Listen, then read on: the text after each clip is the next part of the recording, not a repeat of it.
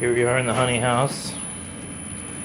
We're gonna get finished today with the 2017 harvest. We've got 1, 2, 3, 4, 5, 6, 7, 8, 9, 10 frames left. And then we'll be done. Got my Maxent chain uncapper going. That thing really saves a lot of time and effort. Works awesome. And I don't know if I showed it in another video, but I have this Man Lake uncapping tank that I basically notched it so that it fit underneath the Maxent chain uncapper, so all the honey and wax go into the uncapping tank. That was a really great time saver also. Got my honey warmer, which is just an old refrigerator. I can put about 300 pounds of honey in there and come back in 3 days and it's liquefied. Got my little propane heater for the honey house. And as I showed in the previous video, what we typically do is we strain our wax with paint strainer bags, and then we just we got ropes hanging everywhere so that we can first we put it in the warmer for a while, and then we come and hang it from the ropes, and I don't know, in a day or two it's pretty much dry. We usually give the wax back to the bees and they can pick at it and try and get whatever honey they can out of it. My Maxent Junior capping spinner, I'm just going to say no comment on that. All my empty honey supers are stacked up and need to go back out to the bee yard so the bees can clean it up. And there's our stack of honey.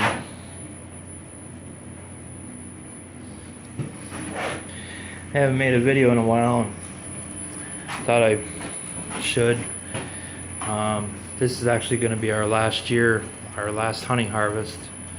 My wife and I have decided to we're probably going to sell the bees in the spring, sell the uncapping equipment, honey processing equipment, and when we run out of that stack of honey, I think that's going to be it for our honey business.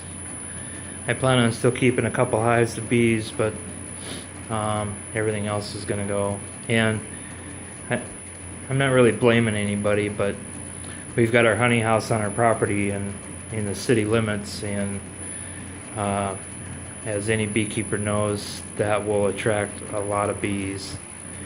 And we've been doing it for 6 or 7 years, and every year I tell myself we got to come up with something different, because I just don't think it's fair to the neighborhood to be terrified of bees. I don't think I'm a doomsday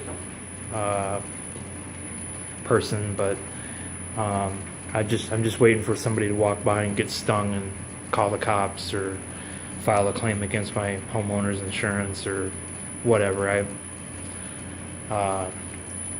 I just think that would get bad. And we bought a 2-acre piece of property out in the country. It's in the middle of nowhere. The intention was to move the honey house out there, and we'd be out of everybody's way, and it wouldn't matter if there was bees all around, because out there it's just us and the cows, not our cows. But because some bureaucrat drew a line alongside a river in 2008 and said everything on this side of the line is floodplain, I can't get a building permit to put this building out there.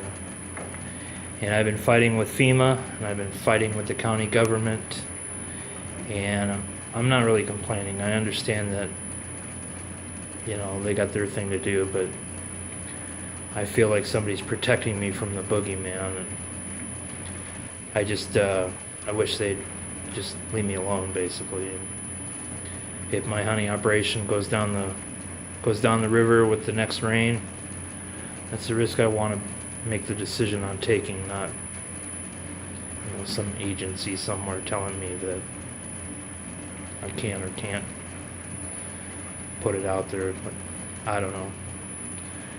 They said that I could hire surveyors and I could hire engineers and I could hire lawyers to make an argument about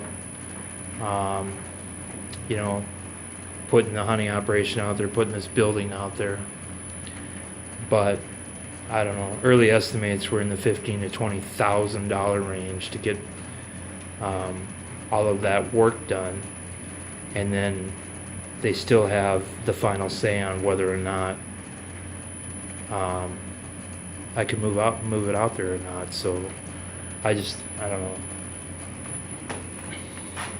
Kind of bothered by it. But at the same time, like I said earlier, I don't want to be a nuisance in the neighborhood anymore. I don't want to have to worry about my neighbors. My one neighbor carries an EpiPen with him, and I don't know. People are afraid of bees. I don't think any education can change that. I think they're just going to be afraid of bees. So anyway, my wife and I are good with it. We're gonna try and figure out a new hobby to spend our time and effort on, and I don't know. We'll see what happens. The future's unwritten. So, have a good evening, everybody. Thanks. Bye.